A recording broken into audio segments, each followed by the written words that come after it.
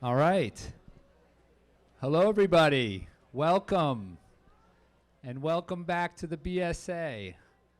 I was talking to a few people, and we realized that this is like the first program that we've had in about a year and a half. So it's a big moment. And even though we like to welcome you to our space, we can say at least we're outside our space, and we're gathering together today. So I know we're all particularly grateful to launch this exciting program between the city and the BPDA, which is called the Boston, that was my Boston accent coming out, and I'm not even from here. The Boston Mass Timber Accelerator program, and I think it's centered around climate action. And it's a mandate that we all are taking seriously and we're all getting behind. And I look at a lot of familiar faces here who are significant leaders in trying to make this become a difference. And a special thanks around that is to the city of Boston and the BPDA, who've taken on this great responsibility to help make our city be one of the greatest cities in this country around carbon and become carbon neutral by 2050. And I think that this mass timber program that we have is exactly the kind of program that can be one of those initiatives that can make a difference. And as the BSA Foundation chairman, I'd like to say the BSA has made this really a community challenge. And this is what I love.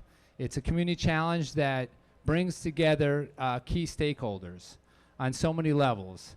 And we know that we can't make this happen without this group of people. And it really begins with the city and creating regulation and standards that can craft policies that can push all of us to put mass timber into action. Also our project partners is just one of the reasons why we're here today. The partners who have made a difference with helping to support us with their generous donations, and I want to give a quick shout out to them. The Softwood Lumber Board, Woodworks, the USDA Forest Service, and Climate Works, and as well, ThinkWood. And without all of you today, we wouldn't be here. And what is so special about these organizations is the investment that they're making in not only research, but programs, and as well as providing access to technical data that can help all of us think about this in a way that can make a difference. And of course, another aspect of our stakeholders is the BSA. And as a member of the BSA, I'm so proud of the stakeholders that we share, not only between the experts, between the practitioners and the architects, the allied professionals, engineers, the educators, all working together, thinking about ways that we can design, look at code changes, craft policies that can evaluate new ways of building. And this is really what makes this program special. It takes it from a strategic point of view that is about thinking and talking and convening to action, to actually putting programs into action to say that we can build timber, we can do this in our city, and we can show others that we can make a difference. And this can happen. And I think about the opportunity, and I look at all of us and the leaders that were here, and I take it as a challenge. And a challenge that we're going to hear a lot about today through all the people discussing this, a challenge that says, let's not leave it here. Let's take it out to the city, to our friends, to our colleagues, and come back and see this happen in our great city. So with that, I'm going to turn it over to, I believe, Lauren Shirtleff, who's the Director of Planning for the BPDA, and I want to say thank you very much. Thanks, Lauren. Thank you.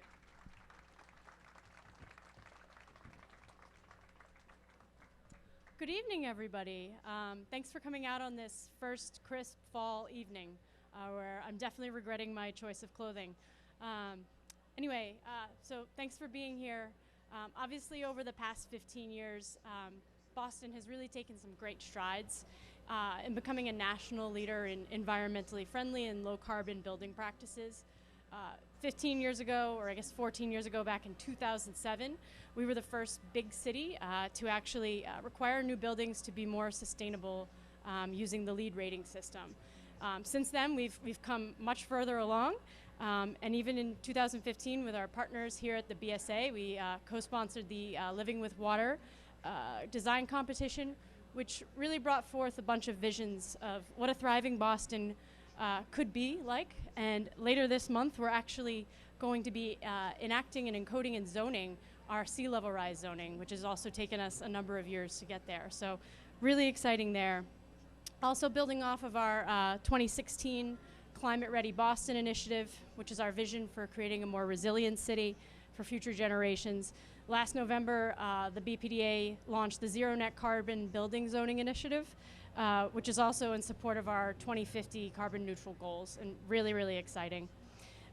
Early on in our discussions with stakeholders, including many of you here now, we heard the critical importance of reducing embodied carbon in new construction.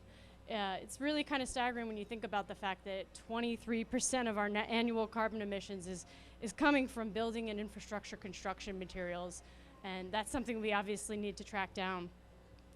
Today, and again with our good partners here at the BSA, we're taking action to reduce embodied carbon in buildings and launching the Boston Mass Timber Accelerator. The merits are many, and I won't get into them as there are, I think, 4 or 5 other speakers that are going to get up here and talk about it. But we really do have a lot to be proud of here in Boston. You know, one of them is really our ability to work in partnership through events and programs like this, and that's really where the future is we can't solve things by ourselves. The BPDA can't, the city can't, the state can't. We need everybody to be kind of working in alignment, and so really happy to be here tonight to share in this kind of exciting opportunity and learn more as we move through the process, so that hopefully we see in a couple of years more buildings being constructed this way. So thank you again, and I think I'll turn it over to my colleague John Delzal. Thanks, Lauren.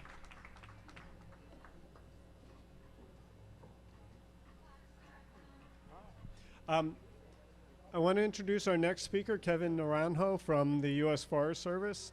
Kevin's been one of the principal instigators of this, right? I can't say enough about him. He's really been the person who's brought all of our partners together and has, you know, with the federal government, brought a great deal of resource to this initiative. Thank you. Thank you, John. So, yeah, I just want to, on behalf of the Forest Service, you know, we were this was a no-brainer. We're proud to be able to support this project and support the Boston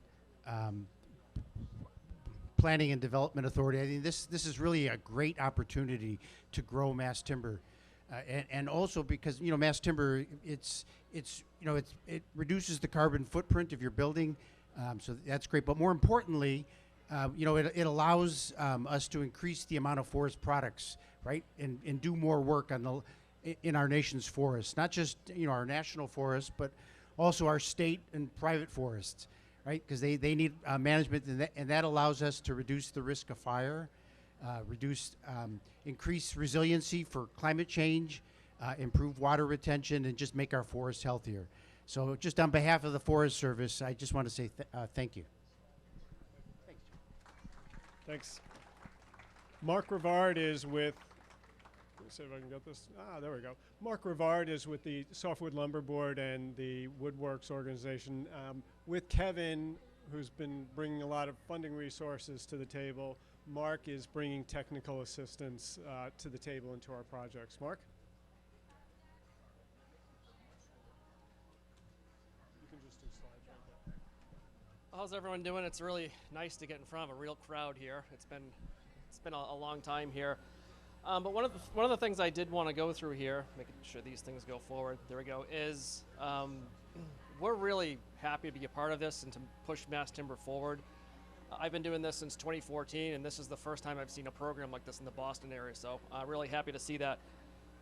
We are a nonprofit organization, and this is basically how we're able to be a nonprofit and a free service to all of you. So if you have technical questions, the Softwood Lumber Board, who's here today, USDA, they are 2 of our major funders, along with FII. We have other funders as well, but these are really our major funders. They basically fund us to be the boots on the ground for you all. So if you need technical assistance with any of these projects in the future, absolutely reach out to us. These are just some of the things that we can do, but what I typically tell people is if you have any challenges with using wood on a project, doesn't matter if it's a code question, feasibility, detailing, that's when you want to reach out to us. That's what we're here for. And we're actually paid to help the design community and construction community. So use us because we're free and we're a great resource. Just a few things. We have a lot of great stuff on our website. So if you want to kind of go through there and take a look, this is just a small fraction of what's available. A lot of great resources on there. In fact, I send people to our website almost on a daily basis with solutions to questions that they have. One of the other things that we do to push mass timber and light framing, by the way, forward is we do educational events. So this is just wanted to show some examples of what we have coming up in the future. A lot of these are virtual events until we get back to normal, but this is just one of the other things that we do. And then this is one of the final slides I did want to show. And you can kind of see as of 2021, as of June, we had over 1,100 projects in the United States that were either in design or completed that are mass timber. And these are just the ones that we're aware of. So there certainly are more. And what I do like about this slide is if you take a look at the Northeast, there's a huge cluster of projects. So the interest is definitely here. And that's why we're more than happy to support this acceleration program. So with that, I think I'm going to turn it back over. And thanks for having me again. Thanks, Mark. And again, thank you for your support and the support to come. For myself, this has been a wonderful learning opportunity as we've had conversations around what all of this involved and what the benefits are. I've been learning so much, and we wanted to share some of that with you tonight. So we've lined up two of our local practitioners who are fantastic resources and experts in this work.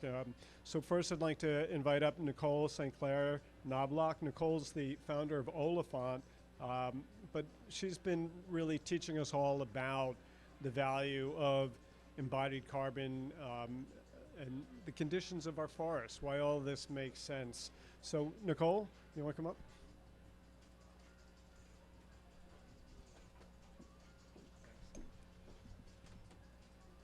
Thank you. So I'm going to pull the lens out a little bit to the bigger issues of carbon in the forests. And I'm going to start by telling you that I grew up on the North Shore of Chicago in the 1970s. And I found myself thinking about that when I was planning this speech because I realized that we were always aware of architecture. It was, did I ruin that? It was part of the civic discussion. And it was observed as a living practice in a city that housed and provided workspace for millions of people and was built in just over a century, really. And it was a city that worked in large part because of many incredible design decisions. There were bungalows, the Chicago bungalow, throughout neighborhoods in the city that provided neat living spaces and green space for the working class. There was the skyscrapers by the lake and the loop, and we felt the shame of failed experiments in the tall housing units that were the Robert Taylor homes that we could see from the expressway. And we enjoyed the pavilions that were created by the Chicago World's Fair that created enormous green space along the lake with incredible world-class museums that anybody could go to. And we all laughed when a dreary government edifice, the Illinois State Building, was turned into a conversation starter by Helmut Jahn. And so these names, I realized, Mies van der Rohe, Louis Sullivan, Frank Lloyd Wright, Helmut Jahn, these were household names in Chicago growing up. And part of that was because we recognized not only their design, but also their signature materials of what they were doing. And those materials were connected to place. The red and yellow brick of the bungalows came from the clay of the Chicago River and from limestone in Wisconsin and from quarries in Indiana. The wood, the oak, that was a signature of the prairie style. It was a tree that's mainly found in the Midwest in abundance. And of course, the most important, maybe we can just turn that off. Okay. The most important and the most famous material and the most important to innovation of that time, of course, was steel. Steel was what allowed for the volume over mass that realized Van der Rohe's vision of less is more. And steel also connected our major city to smaller cities all across the United States, in Ohio, Michigan, Indiana, Pennsylvania, anywhere there were rich seams of iron ore and coal. And at a certain point in the 20th century, The US was the largest producer of steel in the world, and we employed 500,000 people in those jobs. This was a time when the sky was literally the limit, and we were grounded in the use of local manufacturing and local resources. But throughout the 20th century, that connection to materials and to smaller US cities was lost to an anonymous and abstract global supply chain. And something else was stalking us, something that has now caught up with us. Carbon dioxide was accumulating in the atmosphere from development, from industry, from making products. To make metals and concrete and chemicals, we used more and more fossil fuels. And we have to remember that those are fossilized plants that were buried deep in the earth millions of years ago. And this is where I'm really pulling the lens back for a minute, because we want to understand really why this is a problem when we talk about it all the time. You have to consider what is the Earth's natural climate carbon cycle and how that's driven by the plants that are not buried deep in the earth but that are living today. Trees and grasses, forests and grasslands draw down carbon dioxide from the atmosphere, and they convert that carbon, which is the most important molecule to life on Earth, into glucose so they can grow. The carbon makes the plant. So in trees, the woody matter is mostly made of carbon, and that's what we're talking about when we're talking about carbon in mass timber. In this way, a huge percentage of the carbon in the current carbon cycle is held in our ecosystems, in our plants, in our forests, in our soils, and in our oceans. And it only leaves that storage when the plants die, are burned, decompose. And through this carbon cycle, plants are the energy source for the world. They feed herbivores, which in turn feed carnivores. And all that energy comes from plants' incredible and still unique, still we have not figured it out, ability to pull energy from the sun. But over the last 200 years, just 200 years, we humans have thrown that cycle totally out of whack. We're reaching deep into the ground, as I said, to get plants that were buried millions of years ago, and we're burning them in the form of oil and gas and coal and throwing them up into the atmosphere. And at the same time, we bulldoze our grasslands and our forest lands. And we once did that for agriculture and timber, but now we do that for suburban and Amazon warehouses. So carbon dioxide that wasn't ever meant to be in the cycle is now in the atmosphere, and all the ecosystems that could take it out are being destroyed. So the cycle is out of whack, and the extra carbon is heating the planet. Right now, we have more carbon dioxide in the atmosphere than we have ever seen in 800,000 years, and we just added that in the last 200. And as we are seeing, the climate is becoming destabilized. So now we're focused on reducing carbon, which is a good idea. But when we just talk about carbon, when we talk about embodied carbon and we need to go lower carbon, we're quickly losing the fact that we need to change our practice altogether. We have to reconnect to the sourcing and to the stewardship of the resources and of the lands that we still have. And this is the place where we really have the opportunity with timber. But to do that, we need to bring our forests back into view, which we've also lost sight of. Oops. Sorry.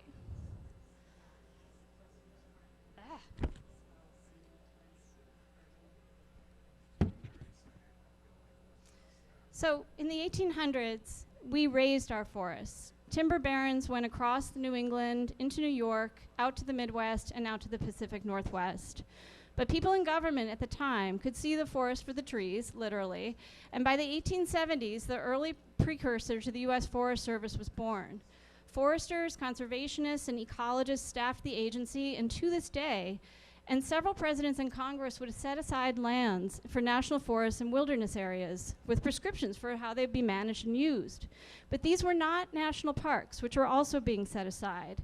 The intended use of these forests was included timber harvest to provide timber for the nation's housing needs in a sustainable way, as well as watershed protection, fire protection, protection of endangered species, recreation. All of that got into how we started practicing forestry in the United States. And over the decades, the Forest Service grew to include research on harvest practices and forest products. And the proof was kind of in the pudding. When the baby boom fueled intense suburbanization with single-family homes, which is one of the largest uses of wood you could see, The U.S. forests were not lost. But national forests are not even the biggest acreage of protected working land in the United States. Private landowners own the vast majority of it. These could be huge tracts for logging. They can be small land holdings of families who pass it down for generations. But these are all lands that experience timber harvest. And together, this network of public and private working forests comprises 500 million acres in the United States. And to give you an idea of some of the proportion of how much of that becomes timber, we annually log about 8 million acres, and most of those are replanted. So this is an enormous carbon sink. It's incredibly important. And its biggest threat is not timber harvest, but fire, pests, invasive species, all of which are caused and exacerbated by climate change itself, and development, the loss of demand for forest products, and even the global supply chain. So even our forests and the industry within them have been less known to urban Americans, and they started competing on commodities markets with lumber of unknown origin, unknown forest practices. But now we have mass timber, which can be grown and made here today. We know what it is. It's small pieces of wood that can be glued together to make large pieces of wood, to make posts and beams and spans that can do some of the things that concrete and steel have done for us over the century. New England is clamoring for mass timber. Not necessarily the cities yet, although we're working on that, but the forested mill towns where mills have steadily been disappearing. Wood from our own forests, where we have more standing timber than anywhere else in the country, is actually being exported to other countries as logs, as raw material, and then imported back to us as the finished product. And this is despite a long history of milling for framing and flooring and furniture. In Millinocket, Maine, way up north, the pulp and paper industry held on until 2014, when it finally collapsed, and that set off a federal and state economic disaster recovery effort to try and attract mass timber manufacturing. That's to conserve those forests. But whether they can do that is up to us down here where the buildings are being built. And this is the chance to reorient our practice, to rebalance the carbon cycle and connect to our own economies.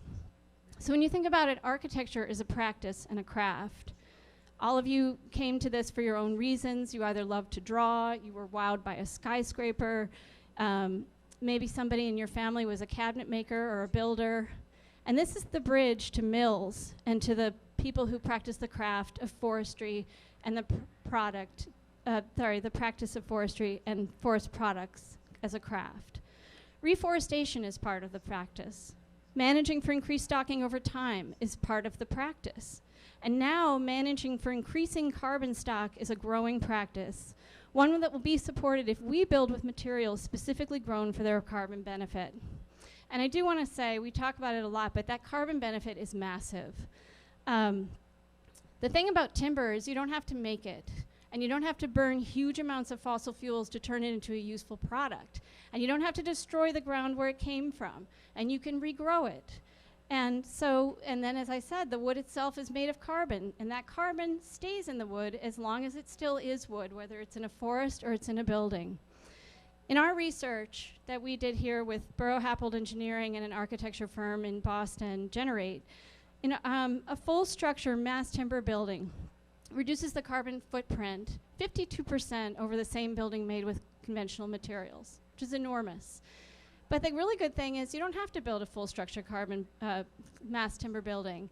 It works really well. The technology works really well with steel and concrete technologies. And so even a hybrid, like a wood and steel building with a concrete foundation, can reduce that carbon footprint by as much as 37%.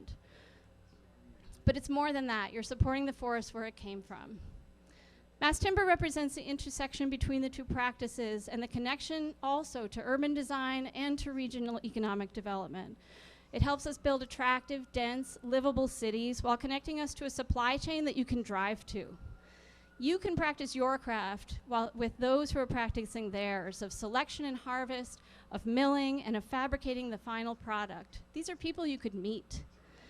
And let's start with Boston and New England and New York, creating the demand that will bring mass products, timber products into our own backyard.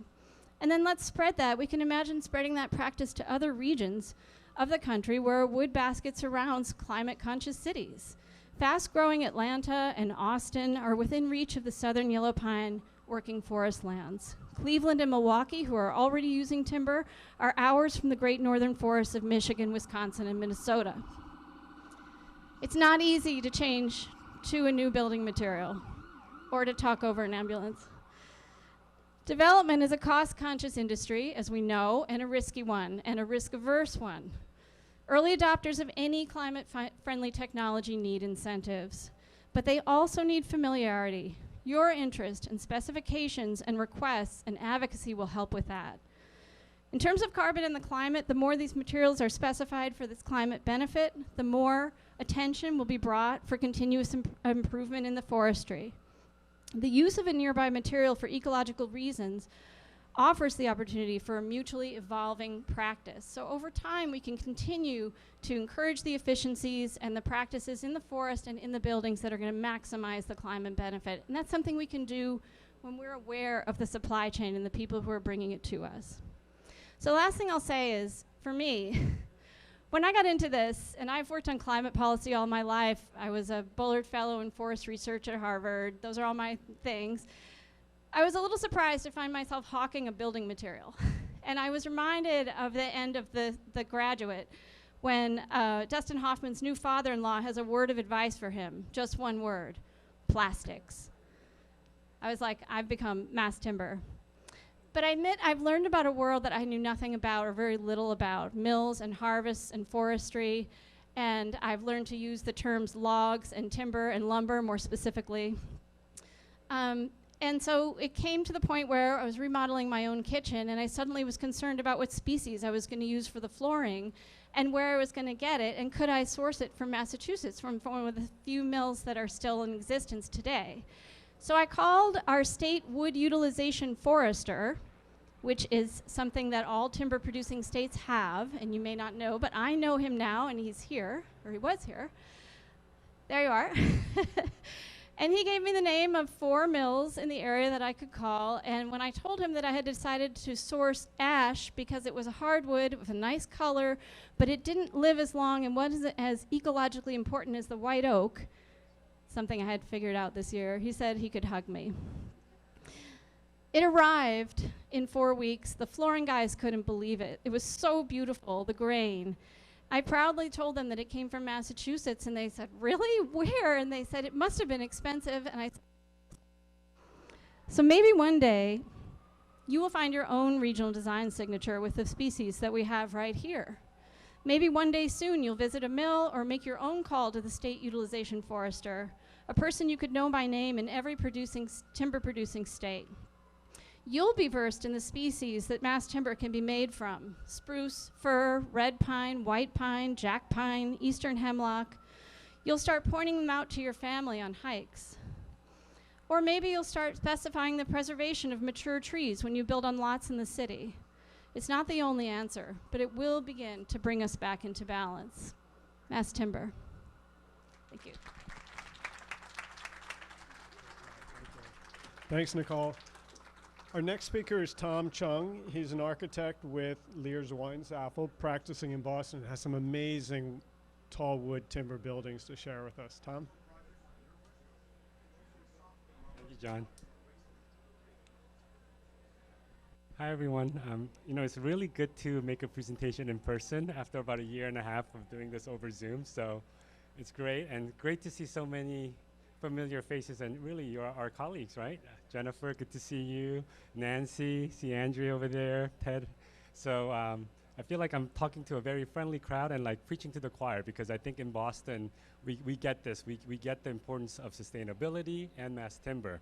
So I'm gonna talk a bit about what mass timber means to me as an architect, but I think perhaps more importantly, what it means to me as a global citizen, because I think the big picture, as much as I love architecture, the big picture I think matters more.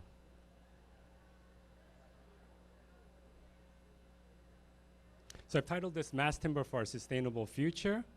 And it all starts here, and I don't have to go speak much more than this, right? I think we understand the effects and the urgency of climate change.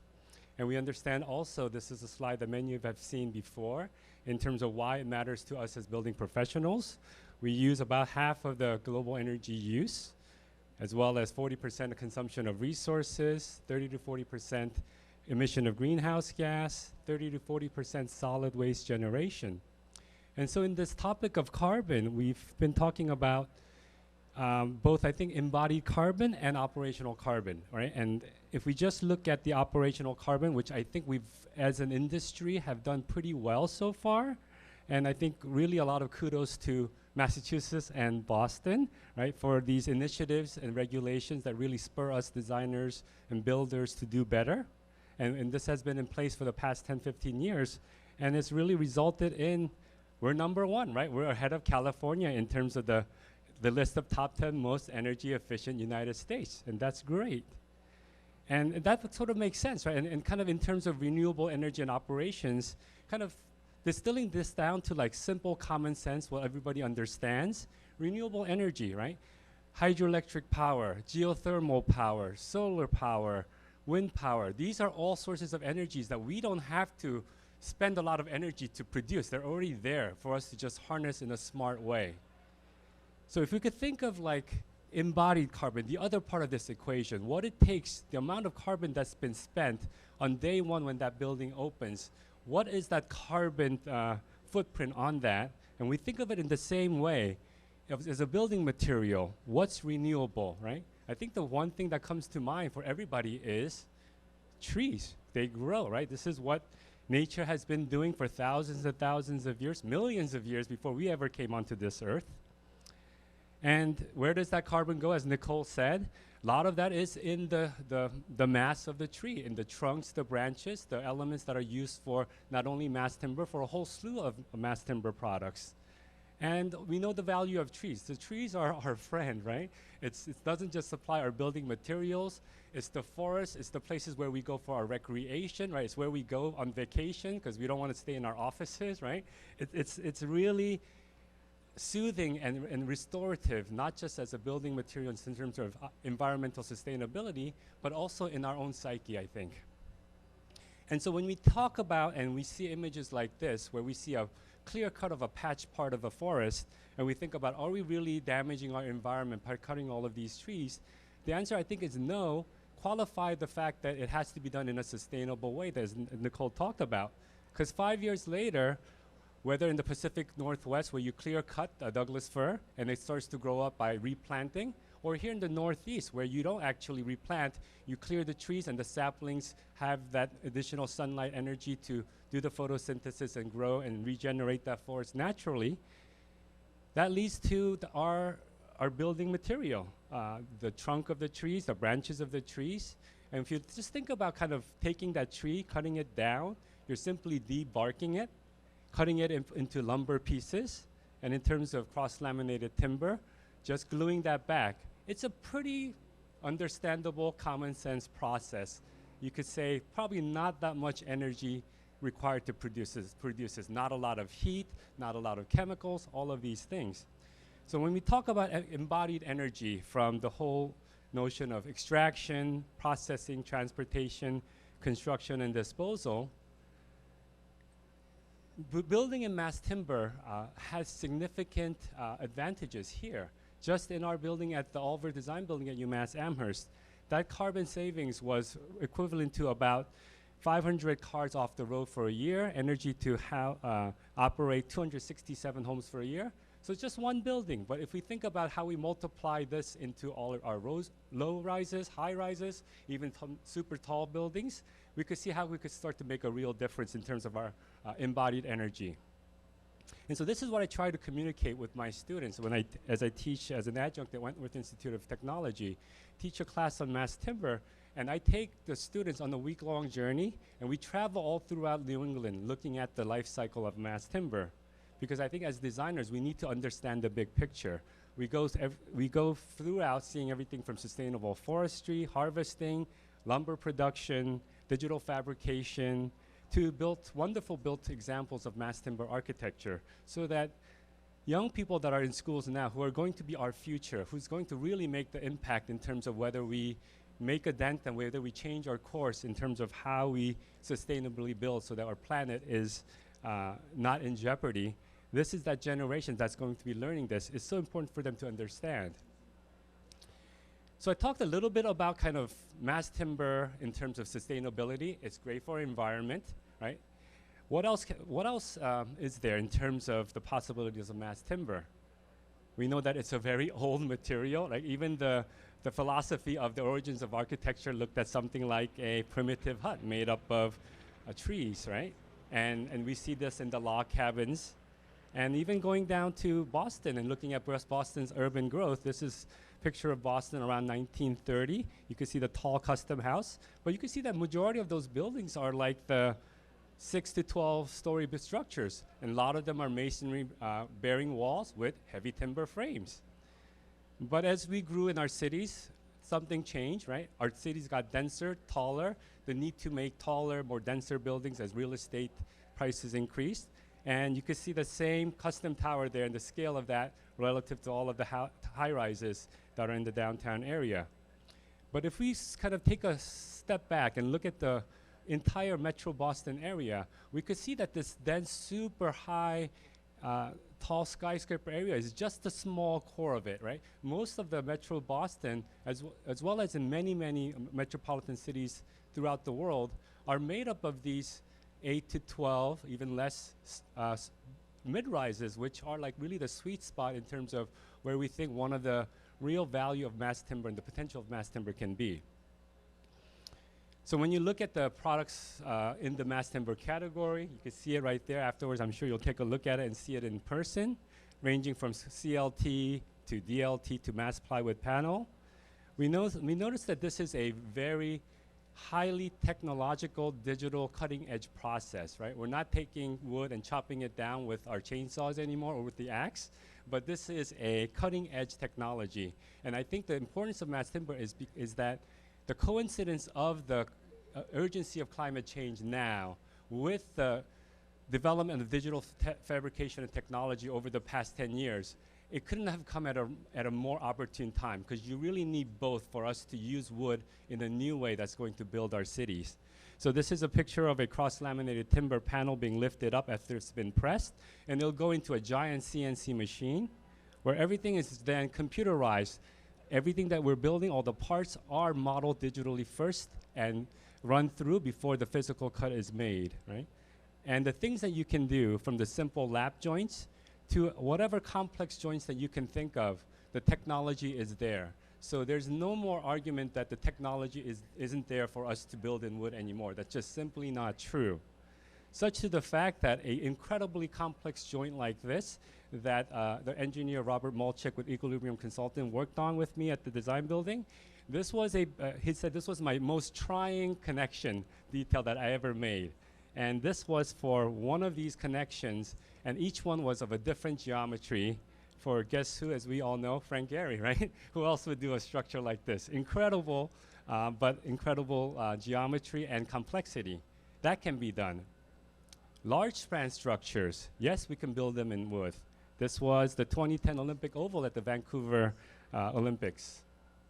And tall buildings, that's something that we've all heard a lot about.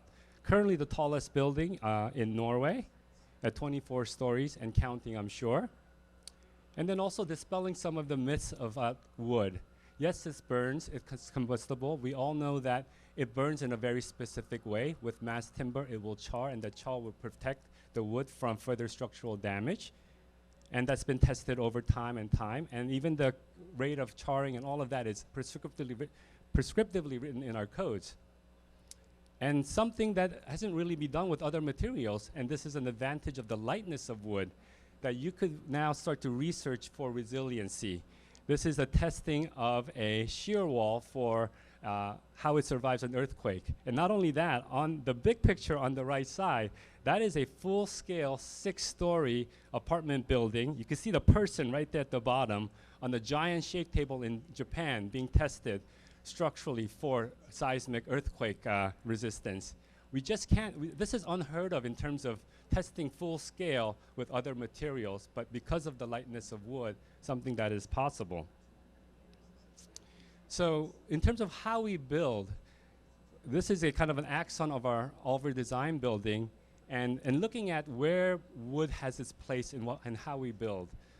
I think as an architect and one that has been for the most of my life designing with steel because I'm from Boston and I've worked in Boston for 25 years. This is a steel city and a little bit of concrete. It's only the last 10 years or so that I've ventured into mass timber.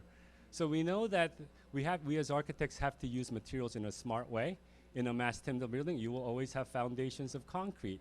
You will always use steel for those cases where you need a long span, where steel does that better. But for the bulk of the structure of the building, where wood is viable and great, given its carbon sequestration potential, it's really the smart thing to do. And what about how we build in terms of construction? Because it's mostly prefabricated and built on off-site and brought into pieces that are ready to be assembled, on site, it's really fast.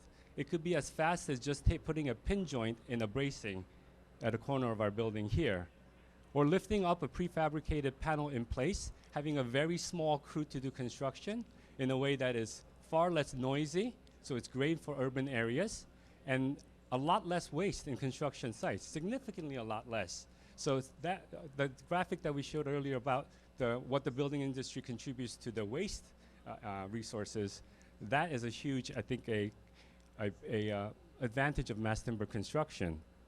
So we talked about the environment, right? We talked about the construction, but what about why we all as architects got into architecture, right? To create spaces for human flourishing, for human well-being. What is the potential there? Could we design and construct places for learning, like at the Oliver Design Building, where 3 departments could come together and this central space could be a place where they could collaborate and come up with new ideas? Could it be made for studio spaces with large spans for students to study the built environment? Or industrial scale spaces at the first floor of the building for wood testing? Could it be places for living? Here at the Adobe Hall Student Residences at University of Arkansas, where you could design community spaces where students and faculty and everybody could gather, or in a student's dorm room where they could enjoy the natural benefits of wood. Or how about here in Boston? How about at Suffolk Downs, currently the largest single developer development that is being planned in Boston? Could an innovation center be a showcase and an example of mass timber in a urban development? Here you can see where it is at the Revere, in this part of the development, next to historic Revere Beach. And just some sections of the multi-purpose building that this will be, housing both retail on the ground floor as well as co-working spaces on the upper levels. And the kind of the amenities and the quality of spaces that we could envision for our places of working. And perhaps playing too, right? Enjoying our landscapes in our outdoor spaces, both day and both night. So I think the real value also as architects is really what wood can do given its inherent attributes, inherent biophilic qualities, to create those spaces that have the sense of warmth, warmth to touch, the texture, the fresh pine smell, to create sense of wonder and attention to detail and craft, and then to connect us back to nature. So that brings us then back to where we started off, and climate change, right? And we've all spoken a lot about that. But climate change isn't just about our environment. I think the last year and a half has shown us all that it is really about equity and social justice, right? Because what happens with climate change and the devastating effects of that is usually the underprivileged and the least among us in terms of resources that suffer the most. So this social component, I think, as fellow human beings and as global citizens, is something that we all should be very, very concerned about. So thank you for your time, and I hope to talk with you more afterwards. Thank you, Tom. That's been great, and I think with Nicole and Tom's presentations, you're all getting a good sense of why this is so important to do, but also how much we can do with mass timber. So, here we are tonight. It's getting dark, which is kind of exciting, but reminds me to be brief. So we're here to announce the launch of the mass timber program. Applications are available on our website now. I think, as you can already see, though, this is a partnership. we're demonstrating the benefits of bringing together federal and local and industry resources to change practices for the better. So what we're doing here, yes, we're offering assistance and resources for projects to assess and build with mass timber, but we're really here to form partnerships. And so we're calling upon our developers, our architects, our engineers to work together, to work with us, to figure out how we can build more mass timber buildings, how we can lower the carbon emissions that are a result of our building material choices. So I do hope everyone can embrace this as a true partnership opportunity and look certainly at this moment, but also beyond this moment and to the many things ahead. Great news, as you can see too, is we've been building with mass timber for years. You only have to look over here to the Boston Wharf District. We've got 120-year-old mass timber buildings that are beautiful and durable, right? So we know to do this. But we also have firms here, Tom, Payette, Lears Weinsaffel, Payette, Thornton Tomasetti, and forgive me, there's so many of you here who are bringing expertise to these practices, not just in Boston, by the way, around the country. So our true good fortune is the expertise that resides in all of you. So thank you. Thank you all for being such great leaders. All right, so I'm going to really just cut to the chase because it is getting dark. Once again, I think we owe a great deal of thanks to Kevin, the USD Forest Service. They really were the instigator of this, but also to the Softwood Lumber Board and the Climate Works Foundation, who have provided the bulk of the funding for this program. They've brought their partners in Woodworks, who are going to be our technical assistant partner in this program, as well as ThinkWood. This is actually really pretty exciting. I didn't get to go to any conferences in a couple of years, so this is great. It reminds me how exciting this whole industry is. So thank you for making this all happen. What a lot of you don't know is this is all happening in the context of the city's Zero Net Carbon Building Zoning Initiative. We launched that about a year ago. Yeah, there we go. Within that, a whole bunch of wonderful professionals who are like sort of grouped over there started calling me up and calling us up and saying, hey, you really do need to look at embodied carbon. And our initiative is focused on building operation carbon, but what was made really apparent to me is not only are we ready to act upon embodied carbon, but we really do need to act upon that. So I do want to give a thanks to our embodied carbon working group and our technical advisory group. They have been the nudge, the gentle, smart, consistent, persistent, and wonderful nudge. So here we have this amazing diversity of perspectives and expertise that I think is part of Boston's hallmark. We do pull together, and I think this is how we accomplish amazing things. So thank you to all our partners. Thank you to the BSA for hosting us tonight, to Boston Properties for hosting us, as well as the Intercontinental. We're actually on their property tonight, so we've had lots of great partners in all of this. And thank you to all of you. You all have been leaders and advocates and persistent and thoughtful in tackling the challenges of climate change and how we build our environment. So thank you all, and thank you for coming out tonight. And then last but not least, there are refreshments upstairs. So everyone's invited to the Pearl Alley room. I think it's right there. And so thank you.